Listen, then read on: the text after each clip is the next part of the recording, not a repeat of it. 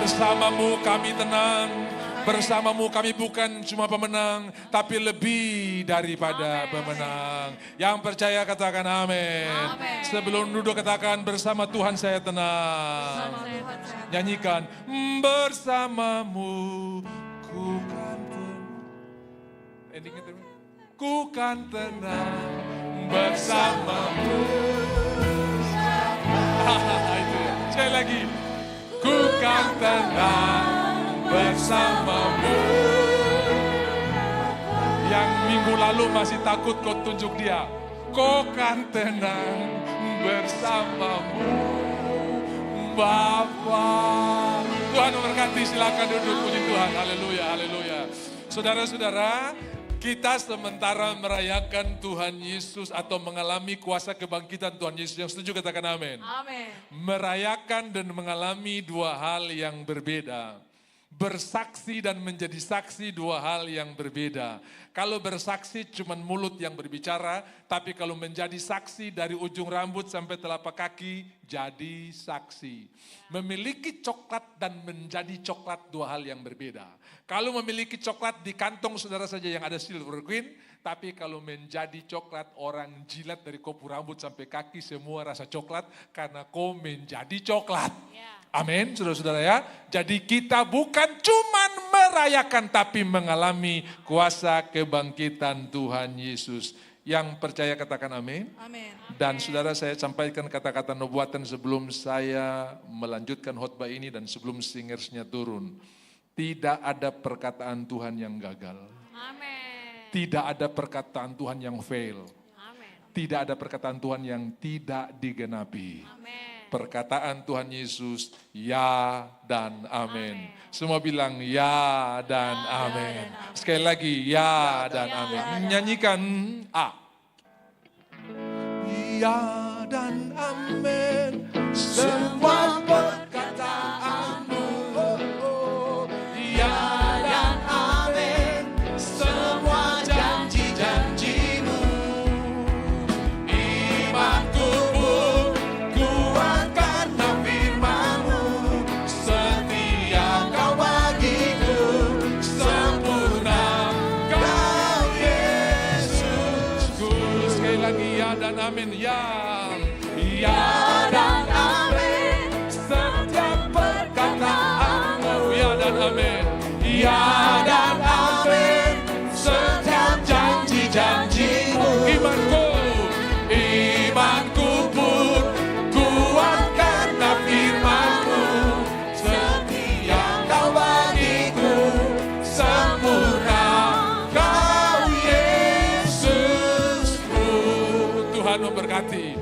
Saya tahan mereka untuk lagu ini saja saudara-saudara ya. Bahwa firman Tuhan ya dan amin. Dan saudara tahu ini fakta yang paling luar biasa. Bahwa sejak kebangkitan Tuhan. Satu kali pun mahkamah agama, ahli Taurat, ahli Farisi tidak pernah kumpul untuk merencanakan penangkapan Tuhan kembali. Dan betul-betul mereka tahu bahwa dia bangkit. Kenapa? Murid-murid yang lain mungkin lupa, bahkan Maria Magdalena juga lupa, tetapi ahli Taurat, ahli Farisi, orang-orang dari mahkamah agama, mereka berkata begini, si penyesat itu pernah berkhotbah bahwa dia akan bangkit pada hari yang ketiga ketika menghadap Pilatus untuk minta pasukan. Makanya kami minta pasukan untuk temani kami, jaga kubur, jangan sampai malam-malam murid-murid datang mencuri mayatnya dan penyesatan yang lebih hebat akan terjadi ketika mereka berkata, dia sudah bangkit, padahal mayatnya dicuri. Tapi saudara-saudara lihat bahwa Tuhan benar-benar bangkit. Dan mereka mengeluarkan uang yang sangat banyak ketika pagi-pagi penjaga-penjaga datang lapor kepada mahkamah agama. Aduh, batu terguling dan dia betul-betul tidak ada di dalam kubur. Uang dikeluarkan begitu banyak untuk berkata hoax, menyampaikan kabar buruk, menyampaikan kabar bohong kepada semua orang bahwa dia tidak bangkit, mayatnya dicuri. Jadi money politik, berita hoax bukan baru sekarang. Dari dulu sudah ada.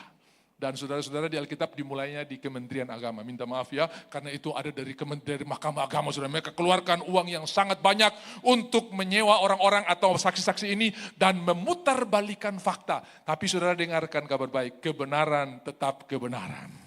Kau mau putar bagaimanapun tetap kebenaran. Jadi Bapak Ibu, tidak satu kali pun mereka rapat, tidak satu kali pun mereka berunding, tidak satu kali pun mereka berkumpul seperti hari-hari ini. Begitu banyak orang-orang berkumpul untuk merencanakan hal-hal yang tidak baik, merencanakan hal-hal yang jahat. Tapi saudara dengarkan, sejak Tuhan Yesus bangkit, mereka satu kali pun tidak pernah berkumpul untuk merencanakan penangkapan Tuhan kembali. Kenapa? Karena pasti itu bertolak belakang dengan apa yang sudah mereka sebarkan, yaitu mayatnya dicuri. Lah kalau mereka cari-cari berarti, loh kamu bilang kan mayatnya dicuri, kenapa kok ada rapat-rapat lagi mau tangkap Tuhan Yesus? Berarti betul-betul dia bangkit. Jadi betul-betul dong tak kancing dengan dompu keputusan sendiri, saudara-saudara ya. Jadi jangan pernah buat keputusan melawan firman Tuhan, percuma. Jangan pernah buat keputusan untuk melawan kebenaran, percuma. Kau nanti tak kancing sendiri. Dong mau rapat, nanti orang-orang bilang, kamu sudah sebarkan kabar bahwa dia dicuri baru. Sekarang kenapa kamu rapat mau tangkap dia? Berarti kamu percaya ya? Dia sudah bangkit. Nah gitu kira-kira. Jadi tak satu kali pun mereka merencanakan untuk penangkapan Tuhan kembali ketika dia bangkit dari antara orang mati. Itu alasan pertama. Alasan kedua, tubuh kebangkitan yang nanti kita akan miliki. 1 Korintus 15 bicara tentang tubuh kebangkitan. Yang pertama kebangkitan Kristus, yang kedua kebangkitan kita, dan yang ketiga kebangkitan tubuh. 58 ayat, 57-nya doktrin, satunya praktis, saudara-saudara ya. Karena itu peganglah apa yang ada padamu, karena jeripayangmu dalam Tuhan tidak sia-sia. Dari 58 ayat di 1 Korintus 15 itu, semua bicara tentang doktrin. Kebangkitan Kristus, kebangkitan kita, dan kebangkitan tubuh. Nah tubuh kemuliaan ini yang tidak dibatasi oleh ruangan, bisa keluar saudara-saudara ya. Itu yang nanti akan kita miliki. Dan saudara-saudara, karena alasan inilah mereka tidak bisa menangkap Tuhan. Yang masih pakai tubuh jasmani, yang menurut Ibrani pasal 6 untuk sementara ia dibuat lebih rendah daripada malaikat. 33,5 tahun itu ya, untuk waktu yang singkat. Nah saya mau tanya, waktu itu berapa lama sih? Berapa lama seminggu? Berapa lama 5 menit? Nah itu tergantung dari apa yang kita pakai untuk mengukurnya. Saudara kalau dalam penderitaan itu 1 hari rasa kayak 1 bulan. Aduh cepat pagi sudahkah? Ya kalau pagi cepat malam sudahkah? Nah itu ya. Nah saudara berapa lama 5 menit itu? Tergantung. Kalau tunggu makanan di restoran 5 menit cepat. Tapi kalau kau dicelup dalam air 5 menit itu kau rasa macam mau mati saudara-saudara ya. 5 menit itu terasa lama sekali. Nah 33,5 tahun Tuhan dibuat rendah itu bukan waktu yang singkat. Tapi kalau dibanding dengan kekekalan itu terlalu singkat. Karena kekekalan itu tidak ada limitnya, tidak ada endingnya. Makanya Paulus berkata begini, penderitaan ringan yang kita alami tidak sebanding dengan kemuliaan kekal yang disediakan bagi kita. Saudara, kalau lihat penderitaan Paulus itu bukan ringan luar biasa, didera dengan batu, dilempar dengan batu, sering kelaparan, telanjang, kedinginan. Bukan ringan, tapi dengan apa kita mengukur itu akan menentukan hasilnya. Kalau kita ukur dengan kemuliaan yang luar biasa itu tidak ada artinya, itu penderitaan ringan. Jadi kemuliaan yang Tuhan berikan tidak sebanding dengan penderitaan yang kita alami. 33,5 tahun dia dibuat lebih rendah daripada malaikat saudara-saudara untuk waktu yang singkat karena diukur dengan kekekalan. Itu 33,5 tahun tidak ada artinya. Saya tidak berkata nanti persoalan yang sudah alami 33,5 tahun dulu baru saudara lolos. Tidak saudara-saudara, tidak saudara, tidak. Tetapi saya ingin kasih kabar baik bahwa semua yang dikerjakan oleh Tuhan Yesus untuk kepentingan kita semua. Bisa bilang amin? Nah, mari kita sebelum akan masuk ke kitab Yohanes pasalnya yang ke-20 dan 21, kita pergi dulu ke 1 Korintus pasalnya yang ke-15 tentang kebangkitan Kristus. Karena ini tema tentang kebangkitan yang masih kita bicarakan 40 hari ini, sampai nanti bulan Mei tanggal 14 kita akan merayakan kenaikan Tuhan Yesus. 40 hari dia menampakkan diri kepada murid-murid, lalu saudara-saudara 10 hari mereka tunggu di kamar loteng Yerusalem. 40 tambah 10 hari yang ke-50 Pentakosta akan juga kita rayakan, dan Papua punya kekhususan juga ada Pentakosta kedua ya. Bukan cuman Paskah pertama, ada juga Paskah kedua, dan saya sudah mendengar beberapa daerah-daerah lain sudah mulai mengikuti. Di Manado sudah pakai Paskah kedua juga sekarang saudara-saudara ya. Luar biasa, dari timur akan jadi berkat. Makanya kalau nyanyi lagu dari utara ke selatan ya, dari barat sampai ke timur, saya bilang ini kurang alkitabiah ya, karena yang ditulis memang orang dari barat. Jadi dia tulis dari utara ke selatan. Lalu di bawahnya dari barat, saya ganti dari timur sampai ke barat. Karena Alkitab berkata seperti kilat memancar dari timur ke barat. Kemuliaan Tuhan akan terbit dari timur ke barat. Jadi Papua ini akan menentukan nasib yang tengah dengan yang barat, saudara-saudara. Jadi jangan mengeluh, aduh di sini ini kurang adil, pemerintah kurang perhatikan. Tuhan perhatikan kok, jadi percaya saja ya. Dari timur sampai ke barat, kemuliaan Tuhan akan dinyatakan. Haleluya. Nah, saudara-saudara, kita lihat 1 Korintus pasal 15, ini Paulus berbicara tentang kebangkitan Kristus. Dan sekarang saudara-saudara, aku mau mengingatkan kamu kepada Injil yang aku beritakan kepadamu dan yang kamu terima dan yang di dalamnya kamu teguh berdiri. Ada orang yang terima, ada yang cuma dengar tapi tidak terima. Nanti sudah lihat ya. Ayat yang kedua dikatakan begini, oleh Injil itu kamu diselamatkan asal kamu teguh berpegang padanya. Berarti ada yang tidak teguh berpegang ya. Saya percaya ini orang belum diselamatkan. Seperti yang telah kuberitakan kepadamu, kecuali kalau kamu telah sia-sia saja menjadi percaya. Jadi kalau bilang Bapak dia dulu Kristen tapi sekarang sudah tinggalkan Yesus, dia belum percaya. Sebab kalau dia udah percaya nggak mungkin dia tinggalkan. Mana mungkin orang pegang emas tukar seng. Saudara, itu orang bodoh saudara ya. Kalau dia belum pegang emas oke lah. Tapi kalau dia pegang emas tidak mungkin dia mau tukar emas dengan seng. Saudara. Jadi kalau sampai ada orang yang tinggalkan Tuhan itu dia telah sia-sia menjadi percaya. Dia boleh ada di gereja. Makanya ada pendeta, seorang Tuhan bilang begini, ada banyak penghuni neraka yang indekos di gereja, saudara-saudara ya. Tapi saya tahu saudara semua ini penghuni sorga, saudara-saudara ya. Karena kita sungguh-sungguh percaya. Yang setuju katakan amin. Ya, telah sia-sia menjadi percaya. Lalu ayat yang selanjutnya dikatakan begini, sebab yang sangat penting, sudah sama-sama bilang sangat penting. Telah aku sampaikan kepadamu, yaitu apa yang telah kuterima sendiri, ialah bahwa Kristus telah mati karena dosa-dosa kita. Dia mati karena pelanggaran dan dosa kita. Sesuai dengan kitab suci. Karena berdosa harus mati, upah dosa ialah maut dan semua dosa kita diambil dan dia harus mati. Lalu selanjutnya bukan cuma mati, tetapi selanjutnya dikatakan, klik. Bahwa ia telah dikuburkan. Sudah terjadi, mati sudah terjadi, dikuburkan, saudara-saudara ya.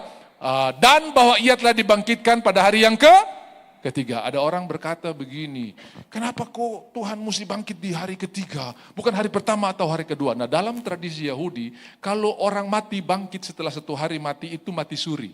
Ini bukan permaisuri yang mati, saudara-saudara ya. Jangan kau salah mengerti, karena generasi muda ini kadang-kadang tidak mengerti apa itu mati suri. Dong bilang kalau raja yang mati disebut wafat, tapi kalau permaisuri yang mati disebut mati suri. Bukan. Mati suri ini belum benar-benar mati, saudara-saudara ya. Jadi hidup lagi. Nah kalau sampai 2 hari, tapi kalau 3 hari itu orang sudah benar-benar mati. Saya ingat ada seorang bapak istrinya meninggal, kemudian mau dikubur cepat-cepat, saking cepat-cepatnya, yang bawa ini kurang hati-hati, dia peti jatuh. Waktu peti jatuh, tutup peti terbuka, dan bukan cuma tutup peti terbuka, istrinya juga bangkit, saudara-saudara ya. Oh rupanya cuma mati suri. Sebulan kemudian meninggal benar-benaran. Dan kali ini dia sewa orang lebih banyak, tolong jangan sampai petinya jatuh lagi, supaya jangan bangkit, saudara ya. Mungkin dia sayang sekali istrinya, saudara-saudara ya. Nah saya ingat ada seorang bapak mau bikin senang ibu mertuanya supaya dia bisa diterima. Dia bawa pergi jalan-jalan, pergi ke Holy Land. Ya, tur ke Israel, masuk lewat Mesir, begitu masuk ke Israel lewat utara, saudara ya, karena masuk dari Israel itu biasa dari Elat atau Eliat, itu perbatasan selatan dengan Mesir, saudara. Lalu dari situ biasa kita langsung ke Galilea ya, nyusur Laut Mati, kemudian pergi ke Galilea, setelah di Galilea akan turun ke Yerusalem, saudara-saudara ya. Biasa pergi ke Yeriho dulu, masuk ke Yerusalem, kemudian nanti ke utara baru bisa keluar juga lewat utara, lewat Jordan bisa juga bisa. Nah, saudara-saudara, lalu begitu sampai di Yerusalem, guide membawa mereka berjalan-jalan sampai ke Bukit Zaitun, pergi ke Golgota, menunjukkan di sinilah kubur di mana Yesus dikuburkan, dan ini cuma kubur pinjam karena dia memang tidak harus jadi mayat selama-lamanya, jadi cuma pinjam saja. Lalu pada hari ketiga dia bangkit. Nah, setelah melakukan tur rohani beberapa waktu, tiba-tiba ibu mertuanya ini kena serangan jantung dan meninggal. Dan mereka bingung mau kubur di Israel atau bawa pulang ke Indonesia. Begitu mereka konsultasi dengan guide bilang di Israel cuma 10 juta, bawa pulang 50 juta. Dia bilang kasih saya kesempatan untuk berpikir dulu, entah bawa pulang atau kubur di sini. Sudahlah, terus saya pikir selisih 40 juta itu lumayan. Zaman itu sekarang sudah lebih mahal mungkin ya, zaman itu. Sudah lumayan itu uang itu. Nah, akhirnya setelah berunding, setelah berpikir, setelah merenung, dia bilang, tidak bawa pulang di Indonesia saja. Loh kenapa besar itu 50 juta, 10 juta saya di sini. Kemarin kan kau ada khotbah bahwa pernah ada orang di sini dikubur 3 hari bangkit, dan saya tidak mau dia bangkit di hari ketiga. Biar mahal bawa pulang saja. Sudah, rupanya dia sedikit kurang setuju dengan mama mantunya, sudah kurang cocok dengan. Saya percaya yang semua anak mantu di sini cocok dengan mama mantunya. Setuju, katakan amin. Haleluya. Puji Tuhan, saudara-saudara ya. Jadi dia bangkit pada hari yang ketiga. Dia bangkit pada hari yang ketiga sesuai dengan kitab suci. Pada hari yang ketiga dia bangkit. Lalu kita lihat selanjutnya dikatakan, dan setelah ia bangkit, ia telah menampakkan diri kepada Kefas. Kefas itu Petrus, kemudian kepada ke-12 muridnya, ya. Dan yang berikutlah saudara-saudara kita lihat bahwa kepada 500 langsung. Sesudah itu ia menampakkan diri kepada lebih dari 500 saudara sekaligus. Ini bukan iprit-iprit, 10 di Sentani, 20 di Entrop, 50 di Kerom, jumlah semua 500, tidak, sekaligus. Sementara di dalam pengadilan, di dalam dunia hukum cuma perlu 2 atau 3 saksi P21. Ini 500, ini P berapa nih saudara-saudara ya? Sudah sangat sah, sudah langsung 500 saksi sekaligus. Lebih dari 500 saudara sekaligus. Terus kita masih bilang kebangkitan Tuhan halusinasi? Tidak mungkin. Ini ya dan amin. 500 sekaligus. Kebanyakan dari mereka masih hidup sampai sekarang. Nah saudara-saudara, saya mau berkata buat saudara, percuma kita melawan perkataan Tuhan, karena perkataan Tuhan itu ya dan amin. Jadi kalau apa yang Tuhan firmankan, mau masuk akalkah, tidak masuk akalkah, mau make sense atau tidak, lakukanlah, percaya saja. Karena dia tidak pernah mengecewakan kita. Ya, dia tidak pernah berbohong. Dia tidak pernah memberikan kekecewaan buat kita. Saya ingat salah satu murid daripada Yohanes yaitu Polikarpus. Pada waktu umur 87 tahun dia ditangkap untuk dieksekusi karena tidak mau menyembah kaisar.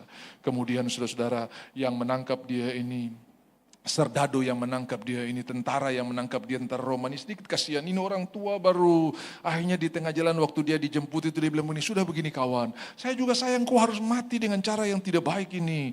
Kau satu kali ini saja kau menyangka, kau sembah kaisar, kau selesai.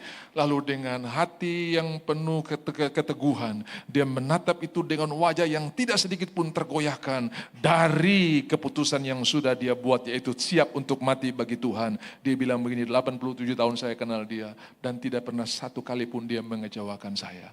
Bagaimana mungkin saya harus menyangkal dia di hari-hari terakhir hidup saya. Saudara-saudara yang dikasihi oleh Tuhan, mereka percaya perkataan Tuhan ya dan amin. Perkataan Tuhan pasti. Tahun 70, Jenderal Titus datang dari Roma dan dia ingin mengepung Yerusalem. Kemudian saudara-saudara, dengan mengepung Yerusalem itu, maka mereka bisa menaklukkan orang kota Yerusalem tanpa harus ada pertumpahan darah. Kenapa? Orang mati pelan-pelan, ya, killing me softly. Ya, mereka mati tidak bisa, dan sudah tahu itu penderitaan yang luar biasa sampai mayat yang mati hari itu pun langsung diperebutkan untuk dimakan, saudara-saudara ya. Dan dia kasih pesan yang sangat jelas.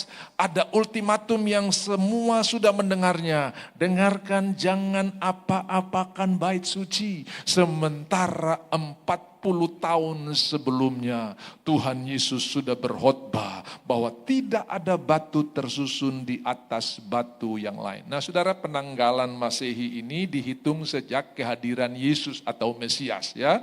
Makanya disebut tahun Masehi, tahun Mesias, saudara-saudara ya. Nah sebelum tahun Masehi itu disebut BC atau before Christ. Nah saudara, memang ada sedikit kesalahan penghitungan tahun. Tahun ini kelebihan 6. Jadi kalau yang sebenarnya itu sebetulnya ini baru tahun 2020, bukan 2026. Kenapa? Herodes meninggal tahun 4 sebelum Masehi.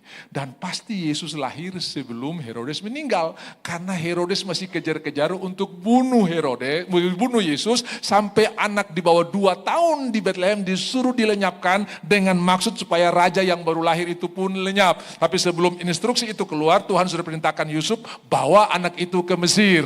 Jadi saudara-saudara, diperkirakan Tuhan Yesus itu lahir tahun 6 atau 8 sebelum Masehi. Nah, kalau perhitungan ini pas, saudara, maka kita sekarang baru hidup di tahun 2020. Kira-kira begitu. Nah, berarti Tuhan Yesus itu meninggalkan dunia ini naik ke surga di tahun 27 Masehi. Kenapa? Karena 6 tambah 27 sekitar 33. Karena Tuhan Yesus melayani sekitar 33,5 tahun di muka bumi ini. Dan di tahun 27 itu dia mengucapkan tidak ada batu tersusun di atas batu yang lain. Nah, pergi ke tahun 70. Oke, 70 kita kurang 6 lagi sudah kira-kira ya. Jadi tahun 64 sudah ya. Ya sudah lihat selisihnya berapa itu ya.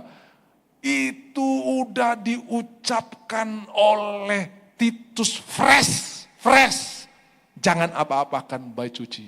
Tetapi 30-40 tahun sebelumnya udah dibilang tidak ada batu tersusun di atas batu yang lain. Perkataan Tuhan Yesus, ya dan amin. Makanya saudara kalau mau lihat berita di YouTube kan selalu lihat deskripsi dulu. 5 jam lalu, oh masih fresh. Tapi kalau 3 hari lalu, lewat semua saudara-saudara ya. Ini berita sudah lewat ya. Kita cari berita yang fresh. Wih, ini 1 jam lalu. Wih, ini 2 jam lalu. Masih fresh kita nonton saudara-saudara ya. Begitu saudara nonton besoknya, sudah jadi berita basi. Tetapi firman Tuhan, ya dan amin.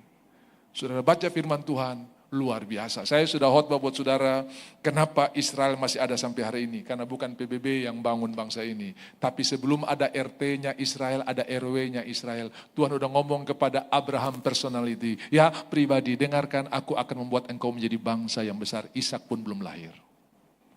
Yang bikin Tuhan. Kalau sudah jadi bangsa baru Tuhan bilang, oh ya, memang dong sudah ada. Tapi ini belum ada apa-apa saudara. Tanda-tanda kelahiran anak dari Abraham pun belum ada. RT saja belum ada. Tapi aku akan buat engkau menjadi bangsa yang besar. Tunggu-tunggu ini digenapi. Kapan? Umur 75 difirmankan kapan? 80 belum, 90 belum, umur 100 Ishak lahir. Lalu cuma satu saja, Ishak kawin dengan Ribka, dapat anak kembar, Esau dan Yakub. Yakub yang dipilih. Dan akhirnya saudara-saudara, Yakub inilah yang punya anak 12, yang disebut 12 suku Israel, dari Ruben sampai Benyamin, saudara-saudara ya. Lalu satu orang dikirim lebih dulu untuk memelihara bangsa ini, yaitu Yusuf. Mereka belum bangsa, masih kumpulan kecil, komunitas kecil, keluarga keturunan Abraham. Dan kali ini keluarga cucu Abraham, saudara-saudara. Karena Yakub itu cucu Abraham dan 12 anak itu cicit daripada Abraham, cucu daripada Ishak, saudara-saudara ya. Nanti saudara-saudara, Tuhan ganti nama buat Yakub jadi Israel, dan itulah yang menjadi nama bangsa ini. Saudara bisa lihat bahwa Tuhan yang membuat, Tuhan yang berjanji setia. Lalu orang berusaha untuk menghancurkan, tidak mungkin. Karena yang bangun Tuhan percuma. Ya, jadi sudahlah, terusah habis waktu untuk nonton pendapat A, pendapat B, orang hebat seperti Titus, orang hebat seperti Donald Trump, orang hebat seperti penguasa-penguasa dunia, tidak sehebat perkataan seperti Yesus. Karena perkataan Tuhan, ya dan amin. Pasti terjadi. Bapak Ibu yang dikasih oleh Tuhan, itu sebabnya percaya. Percaya sama Tuhan. Saudara bisa lihat bahwa apa yang terjadi buat Iran hari ini betul-betul digenapi di depan mata kita. Aku akan mematahkan busur Elam. Ya, Elam itu Iran, nama kuno untuk Iran. Habis itu namanya jadi Persia, kemudian dirubah menjadi Iran oleh Pahlavi ini saudara-saudara ya. Dan apa yang terjadi, busur itu alat peluncur. Ya saudara-saudara, kalau kita mau luncurkan panah maka busur itu alat peluncur ya. Jadi sudah dinubuatkan oleh Yeremia bahwa busur Elam akan dipatahkan sampai ke intinya. Lalu Tuhan akan membuat bangsa ini tersebar ke seluruh muka bumi. Kemudian Tuhan akan taruh mezbahnya di sana. Artinya akan ada revival yang luar biasa. Jadi kita bukan lihat ini sebagai ending. Ini awal untuk Tuhan punya firman pasti akan digenapi. Dan mungkin kalau ada saudara yang punya panggilan untuk Iran, hari ini tetap berdoa sungguh-sungguh. Mulailah belajar bahasa Parsi, karena mungkin kita akan utus saudara untuk jadi berkat di sana. Kita buka GBI Kop di sana. Saya akan utus saudara. Tapi mulai sekarang latihan, Bapak. Tiba-tiba saya ada beban untuk Iran. Jangan-jangan mezbah Tuhan yang mau dipasang kau terlibat di sana juga, saudara ya. Artinya akan ada revival yang luar biasa di Iran, saudara-saudara ya. Akan ada revival yang luar biasa. Jadi kau mau setel sampai di mana firman Tuhan itu ya dan amin. Jangan apakan bait suci, Tuhan bilang tidak ada batu tersusun, ada batu yang lain. Terjadi yang 30-40 tahun lalu tetap berkuasa sampai digenapi. Walaupun yang fresh dari penguasa dunia, Jenderal Titus, jangan apa-apakan bait suci. Perkataan Tuhan jauh lebih berkuasa. Amin. Jadi kalau dong bilang begini, akan ada krisis. Oke, kita tidak menyangkal fakta, tapi kita percaya bahwa di tengah krisis pun Tuhan sanggup pelihara kita. Amin. Orang sumakan anak di istana, di rumah Elia mereka lagi duduk-duduk. Semua bilang duduk-duduk. Kalau duduk itu serius, duduk-duduk itu rileks. Kalau makan itu serius, makan-makan itu rileks. Kalau jalan itu serius, jalan-jalan itu rileks. Ya, mereka lagi duduk-duduk di rumah. Ini krisis nih. Lah ya, karena ketenangan itu bukan diukur dari apa yang terjadi di luar, tapi apa yang Tuhan taruh di dalam. Makanya nomor satu, kebangkitan Kristus nomor satu, menghapuskan air mata. Mengapa engkau menangis, hai ibu? Tuhan hapus air mata kita. Ini wals kalau nggak salah ini. Iya. C yang gampang, C saja gampang.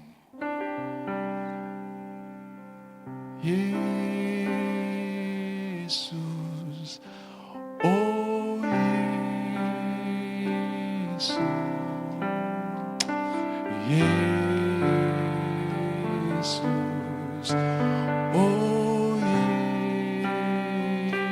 Yesus, tak pernah punya teman setia seperti Tuhan. Dia angkat air mata jadi tipsnya itu sebelum orang mengucapkan kata terakhir sudah harus pindah. Karena kata terakhir itu sudah terekam di sini. Gitu. Itu saya sudah ulang-ulang. Tapi ya, namanya ibadah itu latihan juga, multimedia juga latihan, saudara-saudara ya.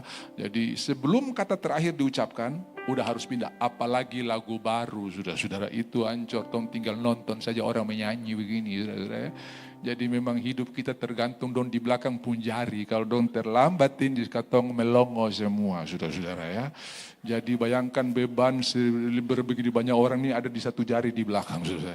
Jadi tolong didoakan Tuhan, alat ini akan jadi alat kemuliaan, alat ini akan jadi berkat, dan jari saya engkau melatih tanganku untuk berperang. Amin. Nah, saudara, kita kasih apresiasi buat mereka yang sudah, itu semua. Saya tambah sedikit gas bahwa ini pelayanan yang sangat diberkati ya. Puji Tuhan, Tuhan memberkati saudara. Saya sudah menghadiri beberapa ibadah-ibadah yang begitu diberkati dan sudah tahu bagian yang paling didoakan adalah multimedia. Paling didoakan itu, paling didoakan. Saya sudah lihat di Singapura, ya di gereja besar seperti di NCC, saya lihat betul-betul itu sampai ada supervisor khusus. Dan ini orang dia berdiri sambil baca roti. Oh, pokoknya tidak ada kabel yang tidak ada jari yang terlambat. Kenapa? Ia melatih tanganku untuk berperang. Ya, saudara tahu perang sekarang kan pakai jari itu. Satu kali kau kirim SMS salah perang. Jadi latihlah dirimu saudara untuk betul-betul ada dalam kemenangan. Yang kita perang bukan melawan darah dan daging, tapi melawan penguasa. Nanti kita ada sesi untuk peperangan rohani supaya sudah tahu dengan siapa saudara berperang. Ya. Jadi di kitab Efesus itu ada 3 W. Semua bilang 3 W. Yang pertama wealth, kekayaan orang benar. Yang kedua walk, berjalan dalam Kristus. Yang ketiga warfare, Ya, peperangan rohani. 1-4 itu kekayaan orang percaya. Ayat pasal 5 itu adalah berjalan dalam Tuhan. Dan pasal 6 peperangan rohani. Nah, saudara-saudara yang dikasihi oleh Tuhan, perkataan Tuhan ya dan amin. Dan yang pertama, Dia hapus air mata kita. Hei ibu, mengapa engkau menangis? Hari ini Tuhan juga berkata, mengapa engkau menangis? Besok jatuh tempo, jangan takut, aku hidup, aku bersama-sama dengan engkau. Haleluya.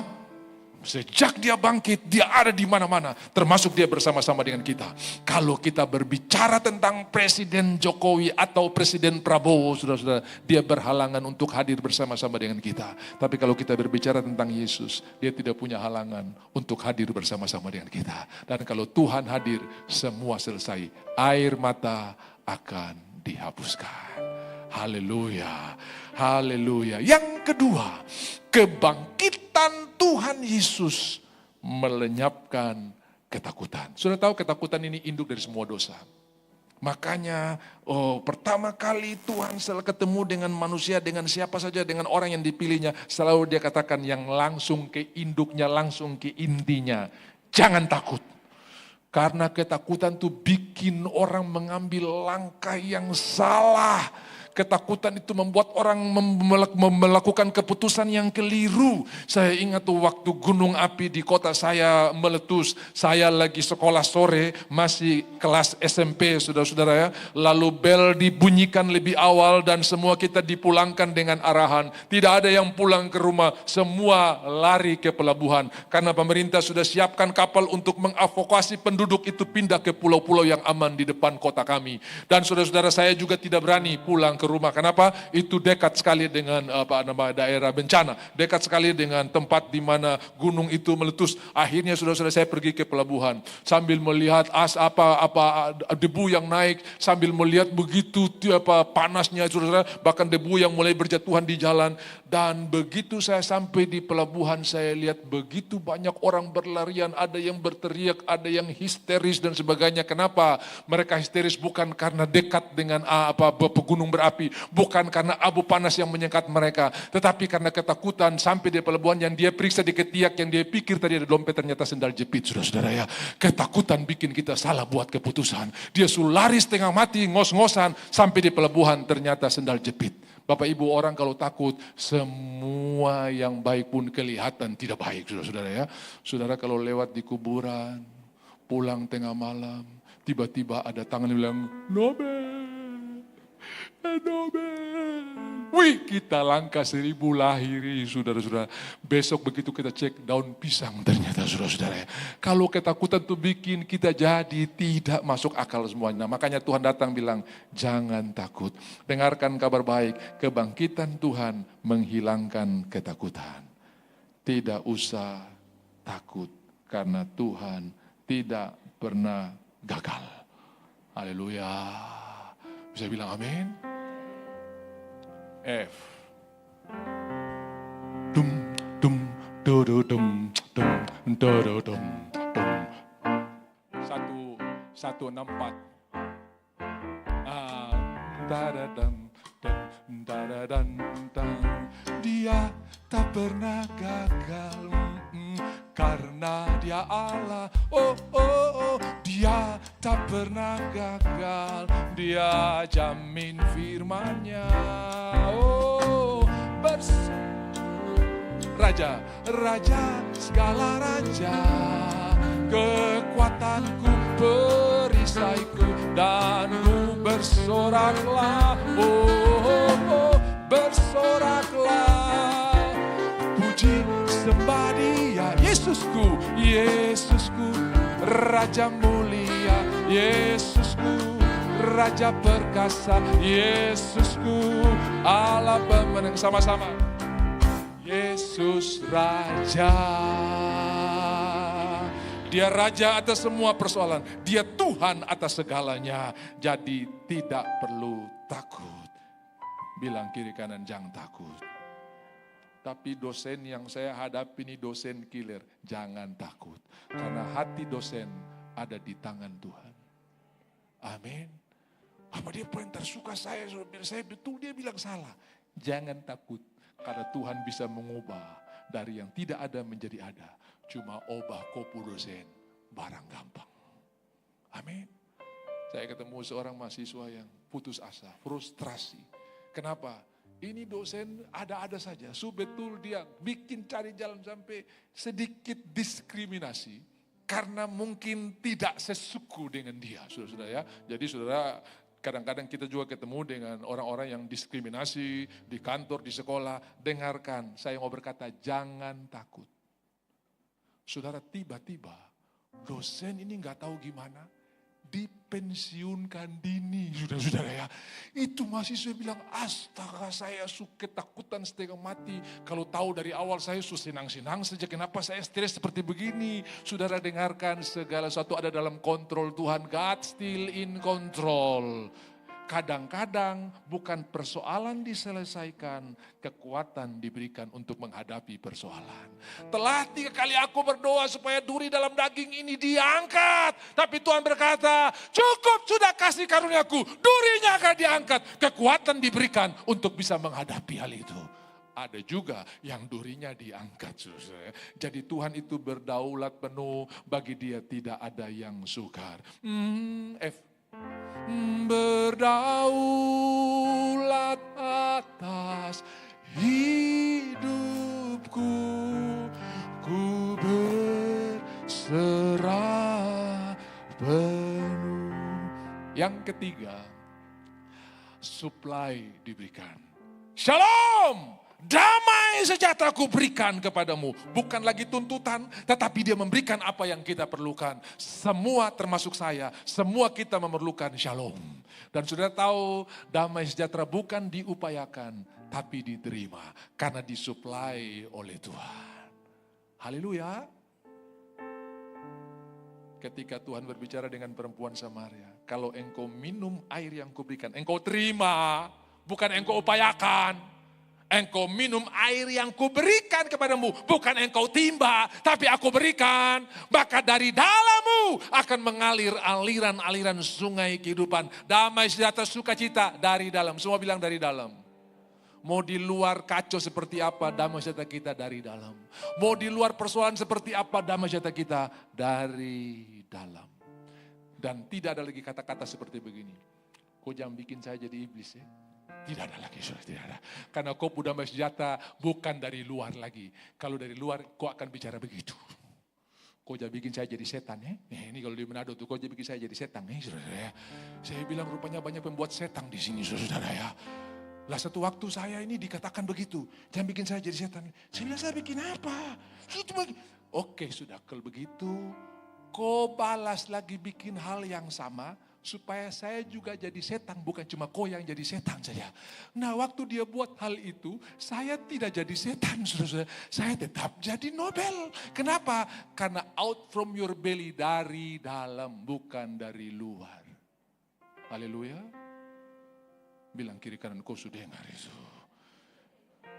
Jangan terlalu harap banyak dari orang. Kau jangan terlalu taruh ekspektasi tinggi buat orang. Kecewa. Taruh buat Tuhan. Amin. Dari dalam. Jadi saudara-saudara, ia menyuplai damai sejahtera. Damai sejahtera aku berikan bagimu. Shalom. Be peace unto you. Ya, King James Version peace unto you. Ini sama dengan shalom. Sama seperti assalamualaikum. Sama. Saudara, cuma satu bahasa Arab, satu bahasa Ibrani. Saudara-saudara ya. Damai sejahtera atasmu. Peace be to you. Peace unto you. Saudara-saudara tahu apa yang terjadi? Ini yang Tuhan supply. Bukan demand lagi, tapi Tuhan supply. Apa yang engkau butuhkan, sorga menyuplainya. Bisa bilang amin? Kalau kurang hikmat, minta hikmat, dia supply. Ya, ada banyak sumber hikmat di Alkitab. Takut akan Tuhan permohonan hikmat. Mintalah kepada Tuhan, maka dia akan berikan kepadamu. Ya, makanya setiap kali Natal kita suka bilang begini. Penasehat ajaib, Bapa yang kekal, Allah yang perkasa, Raja damai. Indonesia cuma 4 bahasa Inggris 5. Sudah ya. Karena penasehat sendiri, ajaib sendiri. Wonderful, Counselor, Prince of Peace, Mighty God, Everlasting God, dan Prince of Peace. Sudah ya. 5. Ya. Jadi penasihat sendiri, ajaib sendiri, Bapa yang kekal, Allah yang perkasa, Raja damai. Ya, tapi kalau bahasa Indonesia punya kamu satu kali, penasihat ajaib. Tidak, itu sebetulnya sendiri-sendiri ya. Wonderful Counselor, ya, Mighty God, Prince of everlasting Father and Prince of Peace. 5, saudara-saudara ya. Jadi Bapak Ibu yang dikasihi oleh Tuhan, dialah Allah damai sejahtera. Shalom, kuberikan kepadamu. Sudah tahu, damai sejahtera ini bisa menular. Dan saya berdoa damai sejahtera yang ada pada saudara menular buat orang lain. Amin. Contagious, menular. Coba saudara lihat sebelah saudara senyum. Pasti menular saudara-saudara. Pasti menular. Bisa bilang amin. Ini yang bikin-bikin saja menular, apalagi yang asli saudara-saudara ya. Menularnya luar biasa. Yang pertama, dia menghapus air mata. Yang kedua, dia melenyapkan ketakutan. Yang ketiga, dia menyuplai damai sejahtera. Dan yang keempat, dia mematahkan ketidakpercayaan. Sebelum saya pegang dia pu jari, sebelum saya cucuk dia pu lambung, saya percaya. Thomas.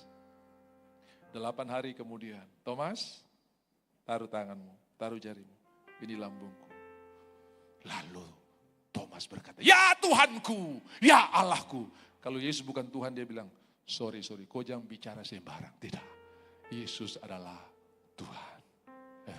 Ya Tuhanku, ya Allahku. Lalu saudara-saudara, semua keraguan Thomas diganti dengan percaya. Yang pertama tadi, air mata dihapus. Yang kedua, ketakutan, induk dari segala dosa. Yang ketiga, dia menyuplai damai sejahtera. Dan yang keempat, segala keraguan kita diganti dengan kepastian. Karena dia hidup sudah ada masa depan, ada kepastian. Karena dia sudah mendahului kita untuk memberikan damai sejahtera yang luar biasa. Haleluya, haleluya. Saudara-saudara yang dikasihi oleh Tuhan. Ke pasal yang selanjutnya itu pasal 21. Saya melihat banyak berkat kebangkitan yang luar biasa. Jadi saudara, Tuhan menampakkan diri selama 40 hari. Lalu hari yang ke-50 sudah 10 hari tunggu di Yerusalem, itu disebut hari Pentakosta. Dan tidak henti-hentinya dia berbicara tentang kerajaan Allah. Sampai pada hari di mana Tuhan terangkat ke surga. Ini khotbah yang saya percepat dulu, karena ini nanti di khotbah kebangkitan. Tapi saya sampaikan dulu bahwa yang menulis ini adalah Lukas, tabib Lukas atau dokter Lukas. Dan itu ada pada Injil Lukas 24 dan Kisah Rasul pasal yang pertama. Penulisnya sama. Penulisnya sama, yaitu Lukas. Ya, dan dia berkata, Tuhan bawa mereka ke sebuah bukit, lalu menyampaikan pesan-pesan yang terakhir. Jangan tinggalkan Yerusalem sampai kamu dipenuhi dengan kuasa dari tempat yang maha tinggi. Lalu ayat 8 dari Kisah 1, ayat ini berkata begini, kamu akan menerima kuasa kalau Roh Kudus turun ke atasmu. Dan kamu akan menjadi saksi, semua bilang menjadi saksi. Saudara, bukan bersaksi ya. Bersaksi itu salah satu dari menjadi saksi. Kok kalau tak bersaksi kok tidak jadi alatnya Tuhan? Lah ada orang tidak bisa bicara, saudara-saudara ya. Ada orang berdoa saja hancur, saudara-saudara ya. Waduh, kacau. Nah, berarti orang yang tidak bersaksi, dia tidak menggenapi, tidak menjadi saksi. Saudara, menjadi saksi itu perbuatan saudara yang melakukan segala sesuatu kepada orang sama seperti pada Kristus. Itu juga menjadi saksi. Saudara tunjuk alamat saja, itu jadi saksi. Saudara, saya dengar ada satu sopir yang bukan orang Kristen, majikannya orang Kristen, itu bertobat cuman gara-gara majikannya mengajak dia pergi minta doa kepada salah seorang pendeta. Kemudian pendeta yang melayani majikannya ini menunjukkan kamar kecil, karena dia tanya, permisi, di mana kamar kecilnya? Dia tidak bilang di sini tidak. Mari saya bawa. Masuk, ini kamar kecilnya, silakan nikmati. Saudara, itu dia hampir pingsan. Kenapa? Dia bilang seumur-umur aku belum pernah dilayani oleh orang yang lebih tinggi dari saya. Biasanya mereka cuma itu maju ke depan, belok kiri di situ. Tapi dia sendiri mengantarnya. Dia tidak kasih Yohanes 3:16. Dia tidak bilang Yesus itu jalan kebenaran. Hanya dengan menunjukkan jalan, dengan cinta dan kasih yang Tuhan taruh di hatinya. Ini orang bertobat. Nggak ada ayat yang dikasih. Nah saudara, ada seorang oma yang punya komitmen. Di samping rumahnya itu rumah kos-kosan. Dan kalau ada orang yang masuk di sana, dia udah punya komitmen. Saya orang pertama yang akan melayani orang ini. Bukan menginjil, bukan bawa traktat, tapi membawa hidupnya yang sudah diubahkan oleh Tuhan. Jadi saudara, ketika ada keluarga yang pindah, dia akan datang lebih dulu. Shalom, selamat pagi. Bapak Ibu, saya lagi bawa teh panas. Karena Bapak dan Ibu belum punya waktu untuk masak air panas, karena baru pindah rumah kan. Lagi menyimpan kan. Jadi saya bawa ini teh panas, silahkan dinikmati. Sebelum dia pulang, dia akan bilang begini, tolong jangan dicuci, karena nanti sebentar saya datang jemput. Saya tahu Bapak dan Ibu belum punya waktu untuk cuci-cuci karena masih menyimpan. Nanti saya datang jemput. Begitu dia datang jemput, dia juga tidak datang dengan cuma jemput. Saya tadi bilang begini, kalau Bapak dan Ibu perlu kebutuhan sehari-hari, di toko sebelah sana tidak kelihatan dari sini, jalan ke depan belok kanan, ada rumah ketiga itu menjual semua yang Bapak dan Ibu butuhkan. Ada di situ. Saudara, sebulan kemudian, ibu ini beribadah bersama-sama dengan mereka. Mereka ini cari tahu siapa ibu ini dan pikir kenapa dia begitu baik. Dan akhirnya hanya dengan berbuat baik sama seperti kepada untuk Tuhan, banyak orang dibawa kepada Tuhan. Ini disebut menjadi saksi. Bukan bersaksi, menjadi saksi. Haleluya. Kan setiap kali perjamuan saya bilang begini, saudara telah dibeli lunas oleh Tuhan dan engkau bukan milikmu lagi. Jadi kecantikanmu, kekuatanmu, kehebatanmu semua bukan kau punya lagi. Haleluya. Makanya ada orang tanya, boleh cat rambut? Boleh Pak. Ya saudara ya. Tapi kalau saudara kalau saya cat rambut warna ungu kan saya tidak berdosa. Tapi saudara-saudara sudah dengar firman Tuhan, ini pendeta ini kacau. Saya sudah tidak jadi saksi saudara-saudara ya. Itu semua sapu Matius Markus terhadap yang masuk di kopo otak saudara. Karena sapu rambut sudah tidak menjadi saksi buat saudara-saudara ya. Betul ke tidak saudara? Tidak ada yang salah. Tapi lakukanlah itu untuk kemuliaan Tuhan. Bisa bilang amin? Iya, begitu. Tinggallah di negeri ini sebagai orang asing. Saya mau bernubuat buat saudara. Saudara di Jayapura, saudara di dunia ini, tapi saudara orang asing. Setuju katakan amin. Orang asing itu artinya begini, saudara tahu. Saya lihat waktu dulu, aduh ini sudah jam berapa nih. Kadang-kadang kalau khotbah jam rusak saudara ya. Jadi saya mesti lihat jam, oh puji Tuhan. Saudara, dulu waktu saya masih tinggal di Dok 8, itu zaman itu orang rambut pirang masih jarang sekali. Dan yang rambut pirang tuh yang kita tahu cuma bule saja, saudara-saudara ya. Bule. Nah itu waktu saya pulang saya bilang, ih bule siapa di depan ini? Begitu saya lewat di motor, ya tetangga rumah saudara-saudara ya. Rupanya Bu Ceri, bule cat sendiri saudara-saudara ya. Jadi sepatu Bu Ceri itu sebetulnya kepanjangannya bule cat sendiri saudara ya. Nah kita tidak bisa mengukur orang dari rambutnya saja bahwa dia orang asing, tidak bisa. Ya kan? Dari mana kita bisa mengukur? Kesaksian ini bisa menolong saudara. Saya diundang pergi ke satu daerah di pedalaman. Kalau saudara tahu yang namanya Kabupaten Mulia, maka ada satu daerah yang namanya Ilu. Ya, Ilu itu bagian atau distrik dari Kabupaten Mulia. Dan saudara-saudara, karena ada anak Tuhan yang punya proyek di sana, dia sedikit kesulitan karena mereka tidak kasih proyek itu berjalan sebelum bakar batu dan itu babinya diminta cukup banyak. Sudah tahu babi di pedalaman itu di Puharga, bisa beli Innova di Jayapura ini saudara-saudara ya, betul mahal sekali. Saya punya kawan di Wamena, dia punya babi ini, dia bilang kawan saya jual ini, saya satu keluarga pulang ke Medan pergi pulang, dia bisa kasih kirim pulang kita, pergi pulang nih babi satu ekor. Wih kenapa harganya berapa? Oh dia kasih tahu jumlahnya cukup besar ya, antara 40 sampai 50 juta. Saya bilang, ih mahal sekali karena babi induk panjang sekali saudara-saudara ya. Mahal sekali saudara-saudara ya. Dan ini anak Tuhan bilang, Bapak Pendeta tolong naik biar kita berdoa di atas. Oke, saya ketemu klasis di atas, kita berdoa. Akhirnya tidak jadi, bulldozer diizinkan jalan dan hanya dengan doa saja. Nah saudara-saudara, lalu saya ketemu dengan seorang misionari di pedalaman. Dia salah seorang marinir aktif yang masih bertugas di Jepang. Kemudian dapat panggilan, dia pensiun dini. Lalu dia serahkan hidupnya untuk melayani Tuhan. Dan dia ditempatkan di daerah itu. Bukan cuma jadi pendeta, bukan cuma jadi misionari. Tapi membantu menerbitkan atau menerjemahkan Alkitab ke dalam bahasa Dani. Nah, saudara-saudara, ketika dia tahu saya pendeta, saya tinggal di rumah kepala distrik karena semua kepala distrik zaman itu ya, saya tidak tahu sekarang tapi zaman itu cuma nama saja, tapi dong semua di Jayapura terada yang tinggal di pedalaman saudara-saudara ya. Jadi itu menguntungkan saya karena di rumah dinas kosong, saya tinggal di sana saudara-saudara ya. Kayak begitu dia tahu saya pendeta, dia datang sore-sore ketok rumah, dia bilang saya dan istri sudah sepakat untuk mengundang Bapak makan di rumah. Oh iya, saudara-saudara, jamnya ditentukan lalu saya datang. Menyeberang airstrip. Begitu masuk ke kompleknya dia, rumputnya sama, pinusnya sama. Tapi saya rasa seperti tidak di pedalaman. Bagus sekali diatur, ditata bagus sekali.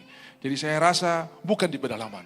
Begitu masuk ke rumah, semuanya menjadi lebih jelas. Saya rasa tidak di pedalaman. Kenapa? Karena rumah orang misionari itu di luar sederhana. Tapi kalau sudah pergi ke pedalaman, sudah lihat semua rumah misionari itu catnya hitam semua. Karena filosofi berbeda. Orang barat itu yang penting di dalamnya, yang mereka nikmati. Kalau orang timur yang penting di luar, saudara-saudara ya. Itu bedanya kita dengan mereka. Makanya sudah lihat kalau mau Natal, cat rumah, cat pagar, biar di dalam kapal pica, yang penting di luar mantap, saudara. Itu filosofi kita berbeda. Kalau mereka di luar hancur, tapi di dalam bagus karena mereka buat sesuatu untuk mereka nikmati, bukan untuk orang nikmati. Ya toh? Coba lihat kau baru beli Avanza, bukan pulang ke rumah. Variasi dulu, tambah sana, biar di dalam bawa anyer setengah mati, yang penting di luar mantap saudara-saudara ya. Ini filosofi kita berbeda. Nah saya lihat di rumah ini kayak kandang saja hitam semua, tapi begitu masuk, beda sekali. Itu lantainya furnish bagus, lalu saya bilang zaman itu kita belum terlalu familiar dengan yang namanya solar cell saudara ya. Dan saya bilang, iya ada listrik. Lalu saudara-saudara kami makan, begitu saya belum terlalu familiar yang namanya table manner saudara-saudara ya. Saya diajak makan lalu saya lihat, ada sendok. Cuma ada garpu dengan pisau, saudara-saudara. Saya bilang, ini apa ini ya? Lalu saya bilang, supaya jangan salah, kau duluan lah. Dia taruh kursi, saya taruh kursi. Dia duduk, saya duduk. Dia pegang pisau, saya pegang pisau juga. Jangan sampai dia serang, saya tidak bisa tangkis, saudara-saudara ya. Oh, ternyata mau makan stik. Kalau makan stik kan tidak perlu sendok. Tangan kanan iris, lalu tangan kiri pegang garpu, sik. Hajar, saudara-saudara ya. Nah, saudara-saudara, kami kesulitan berkomunikasi. Saya Inggris masih ancur, saudara-saudara ya. Dan dia pintar bahasa Inggris, saya pintar bahasa Indonesia. Dia tahu bahasa Dani, saya cuma tahu namen saja sama ipere, saudara-saudara. Ipere itu batata, saudara-saudara. Saya cuma tahu namen sama ipere. Lalu kita deal, saya bilang, oke, kita ngomong Inggris supaya saya Inggris bisa terpacu sedikit. Yang penting, you understand and I stand under you, saudara-saudara ya. Memang kacau benar, saudara. Memang kacau benar. Nah, saudara habis makan saya mau berdiri bilang tunggu dulu ada dessert. Saya bilang apa tuh dessert? Kita lagi di tengah hutan kok mau ke padang gurun. Oh tidak, makanan penutup saudara-saudara ya. Istrinya keluar dari belakang bawa buah cherry. Dia bilang ini saya bawa dari negara saya. Dia dari Washington West Coast. Karena di Amerika itu ada dua Washington. Washington DC dan Washington West Coast itu dekat Seattle saudara ya. Itu di barat, itu daerah kayak Bogor di Indonesia. Hujan terus, ya kabut terus. Dan dia bilang dinginnya sama, cuman struktur tanah agak beda. Jadi rasanya agak sedikit lain. Tapi dia sudah pakai mayones, saya baru tahu belakangan kalau itu mayones, saudara-saudara ya. Itu saudara kalau bukan di depan muka saya muntah saudara ya. Karena asing sekali bagi saya. Sekarang saya suka, tapi dulu itu saya kaget sekali makan itu. Itu depan suami nikmati, itu saya cuma karena di depan muka cuma enak. Tapi saya tahan setengah mati saudara. Karena asing sekali buat saya. Itu dessertnya itu ya. Sekarang saudara ya, aduh, sudah kasih apa saja. Saya pergi ke Singapura makan scallop saudara. Saya bilang barang apa ini? Tuh juga biasa makan kasbi dengan batata. Ternyata itu barang mahal saudara-saudara ya. Itu enak saudara, enak sekali. Ya, udah. Nah, Bapak Ibu yang dikasihi oleh Tuhan, di situ saya mengerti tentang jadi orang asing. Dia dari Amerika dan dia tinggal di pedalaman Papua, tapi dia bawa gaya hidup Amerika di Papua. Dia jadi orang asing. Beda semuanya. Saudara, kita tinggal di Papua, tinggal di bumi, tinggal di dunia. Tapi kita bukan berasal dari dunia. Kita dari sorga. Mari bawa lifestyle kerajaan sorga. Gaya hidup kerajaan sorga di muka bumi ini. Engkau jadi orang asing. Itu kalau saya sewajar dia tuh, kenapa kau kasih bakso lagi buat dia? Orang asing. Itu orang kurang ajar kayak begitu, kok masih berkati? Orang asing. Karena lifestyle kita beda dengan dirinya. Dia tinggal di Ilu, tapi dia bawa lifestyle Amerika. Dia jadi orang asing. Sudah mengerti? kiri kanan contek, kita tetap mengandalkan Tuhan. Karena kita orang asing. Yang lain jadi plagiat, kita minta hikmat. Tuhan, masih banyak judul yang daripada Tuhan. Engkau belum kehabisan judul untuk disertasi saya ke orang asing. Kalau saudara kekurangan judul, pendeta Nobel bisa bantu. Oh ya, saya punya banyak judul yang sampai hari ini saya belum ada. Ya, misalnya saudara bisa bikin disertasi.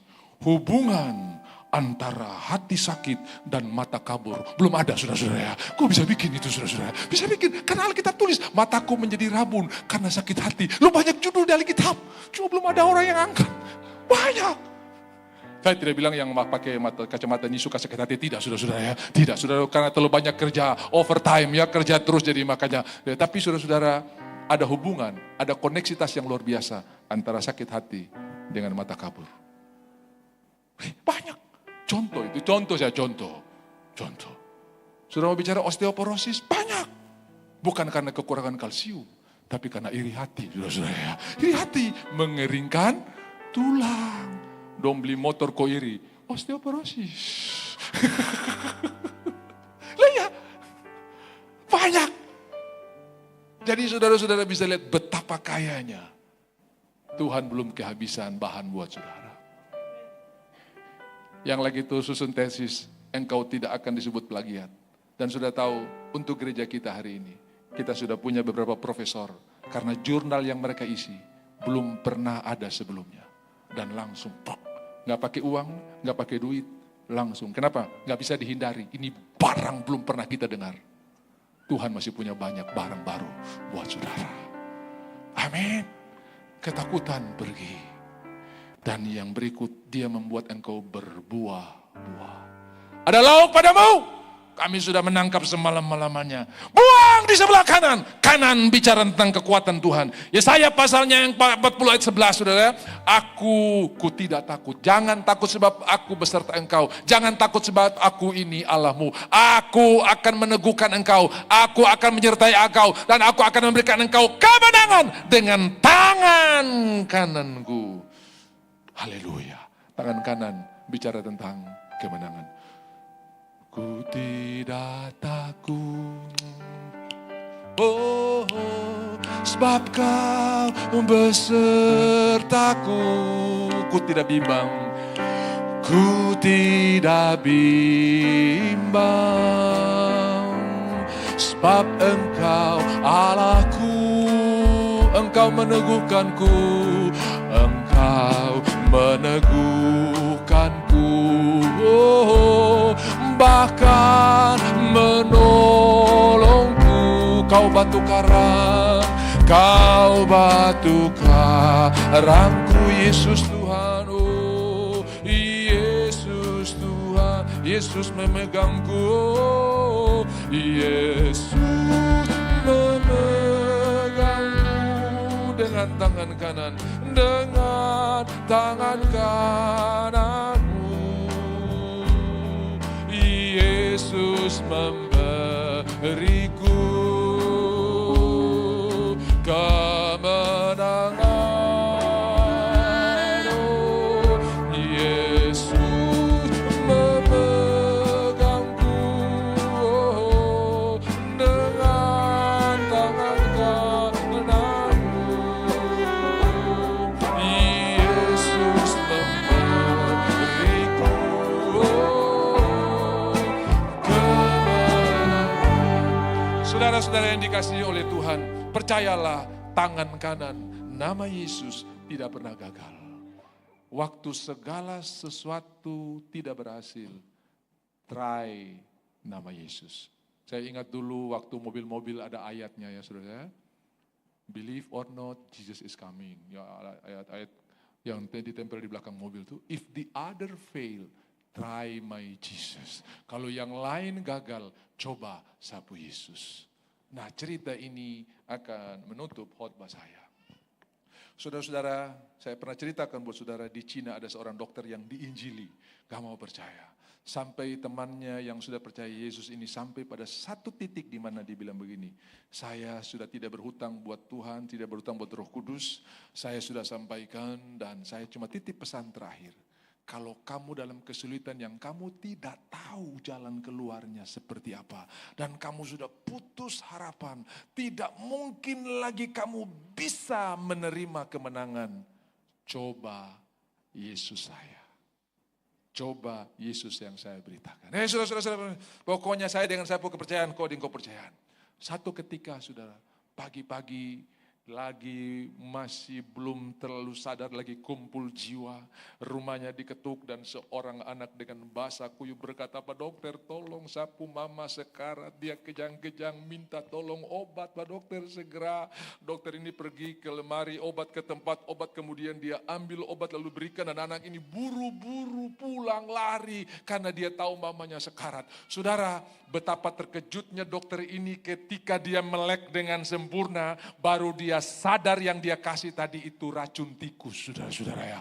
Lalu dia bilang, aduh dia terketinggal alamat, saya tahu dia tinggal di mana. Oh tolong, ini kalau ibu ini mati saya punya kontribusi. Lalu dia teringat teman ini punya perkataan, kalau kamu tidak punya jalan keluar, kamu berdoa pakai saya Tuhan pun nama itu nama Yesus. Lalu dia berdoa, Yesus temanku yang punya Tuhan, ya. Yesus Tuhan temanku, saudara-saudara. Dia belum percaya, Yesus kalau betul-betul kau berkuasa, kau tolong supaya ibu ini tidak mati gara-gara saya punya kebodohan pagi hari ini. Dia belum amin, itu rumah digetuk lagi dan anak yang sama berdiri dengan gemetar, kali ini lebih ketakutan. Bapak dokter saya minta maaf karena saya buru-buru, saya lari, saya terpeleset, jatuh botol pica pagu. Bapak dokter, aduh dia bilang Tuhan Yesus, kali ini dokternya yang bertobat. Tuhan Yesus, ternyata namamu berkuasa. Dia membuat kita berbuah-buah. Ada lauk padamu? Tidak ada.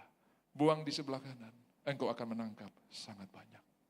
Dan sekalipun banyak, jaringnya tidak robek. Saudara, berkat yang Tuhan berikan selalu disertai dengan perlindungan. Dan kalau ada yang dicuri, jangan stres. Iblis kembalikan 7 kali lipat. Terima kasih Tuhan, karena yang saya punya kebodohan saja kau kembalikan. Apalagi yang iblis curi, dikembalikan berlipat kali ganda. Tenang saja. Tepuk tangan buat Tuhan kita yang luar biasa. Kuasa kebangkitan memberikan kita pengharapan. Haleluya. Ada harapan di dalam Tuhan. Tuhan memberkati, mari kita bangkit berdiri. Lagu tadi itu Yesaya 41 ayat 10, bukan 40 ayat 11, tapi 41 ayat yang ke-10 ya.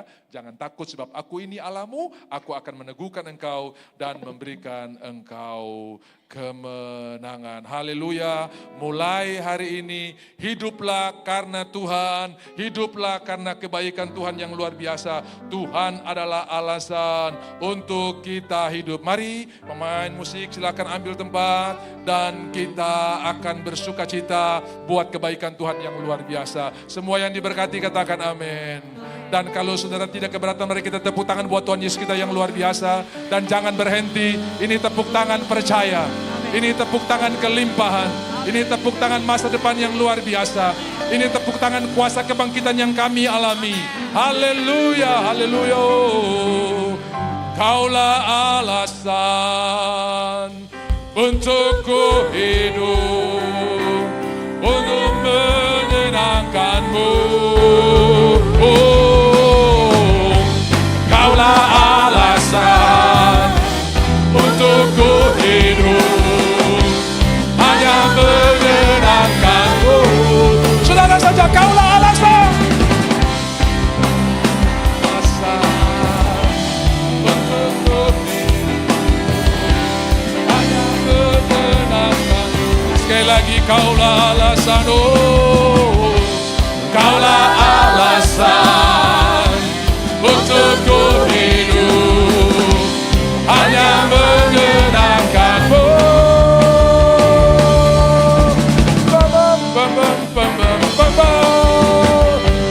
Yesus Tuhanku yang berkuasa atasku, hidupku takkan sama.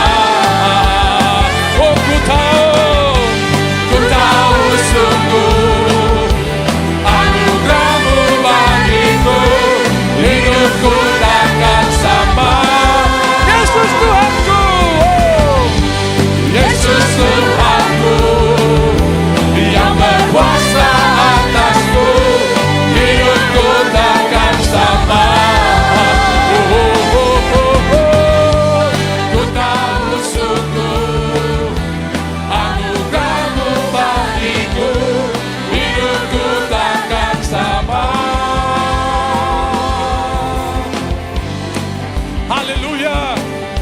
kita nyanyikan, hanya Tuhan satu-satunya, tidak ada yang lain. Semua bilang tidak ada yang lain.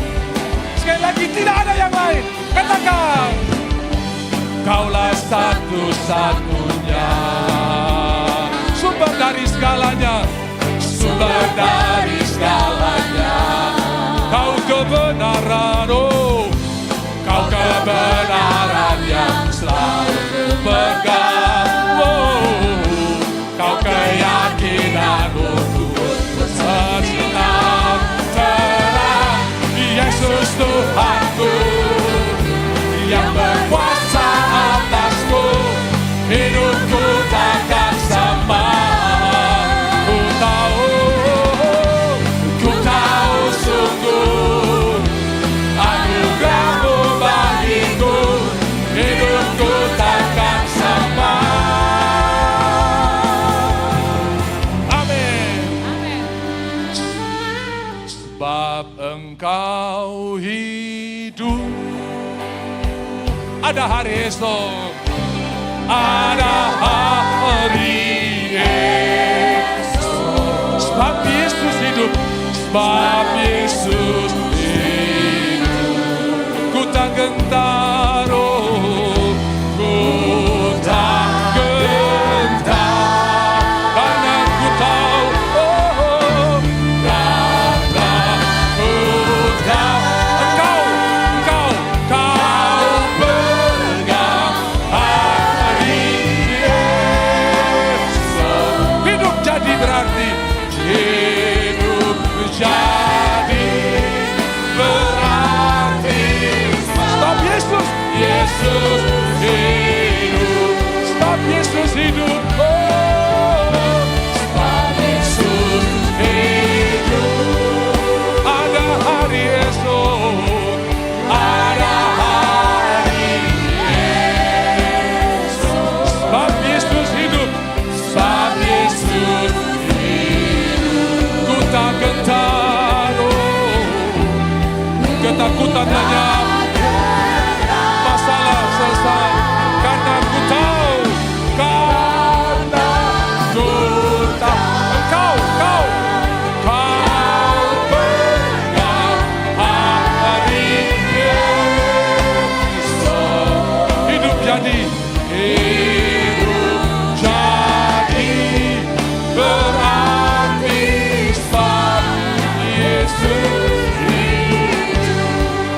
Kalau ada di antara saudara hari ini yang sementara bergumul setelah menikah bertahun-tahun belum punya anak, dengarkan. Kebangkitan Tuhan Yesus membuat engkau berbuah-buah. Dan salah satunya kandungan yang tertutup Tuhan sanggup bukakan. Tidak punya dasar untuk punya anak saja Tuhan bisa lakukan. Abraham umur 100, Sarah umur 90, Ishak lahir ketika mati pucuk atau mati haid. Bagi Tuhan tidak ada yang mustahil. Kalau saudara datang suami istri, boleh tumpang tangan di perut tanpa saudara harus malu. Tuhan, kami percaya semua penyumbatan, semua penyempitan sudah selesai. Pintu saja, tepi batu terguling, batu ginjal terguling, semua hambatan, baik di saluran-saluran yang penting, kami ingat nyatakan sudah sembuh. Amin. Dan tahun depan ada banyak anak yang dibawa ke rumah Tuhan. Karena kami berbuah-buah oleh karena kebangkitan Tuhan Yesus. Dalam nama Tuhan Yesus, kebangkitan Tuhan Yesus membuat besok ada mujizat. Minggu depan ada kemenangan. Janji Tuhan ya dan amin. Terima kasih Tuhan, terima kasih. Bagi Tuhan tidak ada yang mustahil dan bagi orang yang percaya. Terima kasih Tuhan Yesus, terima kasih yang sakit sudah disembuhkan, yang lemah sudah kuat, susah sudah terhibur, dan terikat sudah bebas. Mari pegang persembahan saudara, saudara memberi karena pewahyuan, saudara memberi karena Tuhan, saudara memberi karena apa yang ada pada kita datang daripada Tuhan, saudara memberi karena hikmat yang Tuhan berikan, saudara memberi karena ingat akan kasih-Nya yang luar biasa. Terima kasih Tuhan, terima kasih. Kami percaya kutuk kemiskinan sudah dipatahkan, kami jadi orang yang merdeka dalam keuangan, dan kami orang orang yang memandang Tuhan, karena dari tidak ada Tuhan bisa membuat menjadi ada. Apalagi yang cuman kurang, orang yang ada di bawah garis nol, minus. Oh, penagih-penagih hutang sudah datang, Tuhan sanggup membuat menjadi kelimpahan. Kami percaya Tuhan yang sama, Tuhan yang hidup sudah mendahului kami dan sudah menyiapkan berkat yang luar biasa. Perahu yang kosong akan berbuah-buah, jaring yang kosong akan berbuah-buah, karena Tuhan yang punya segalanya. Terima kasih Tuhan, terima kasih. Kami mengucap syukur karena kebaikan Tuhan yang ajaib, yang siap memberi dan menerima berkat-berkat yang luar biasa. Mari sama-sama kita katakan amin.